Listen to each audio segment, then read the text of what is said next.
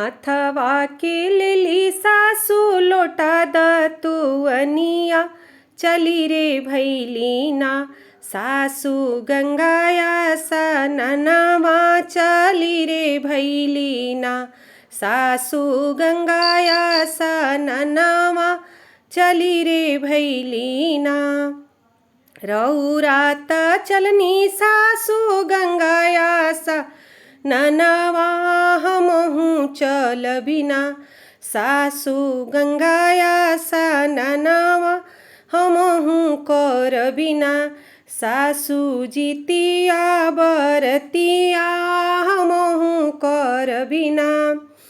केकरा लागी होला सासू जितिया बरतिया के कर लागिना। होला गंगाया सननवा के कर लागिना।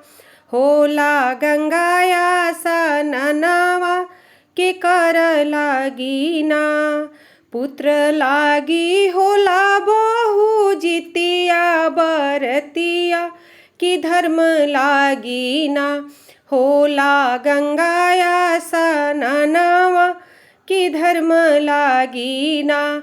होला गंगाया सननवा कि धर्म लागिना। हमरो त बड़े सासू दुई गो ललनवा हमहू करबिना। सासू जितिया बरतिया हमहू करबिना।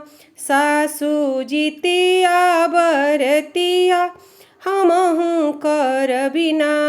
उनु कर हुई सासू लमहर उमिरिया निरोग रही है ना। हमरो गोदी के लालनवा निरोग रही है ना। रौरात चलनी सासू गंगाया सननवा हमहू चलबिना। सासू रौरा संग सथवा हमहू चलबिना।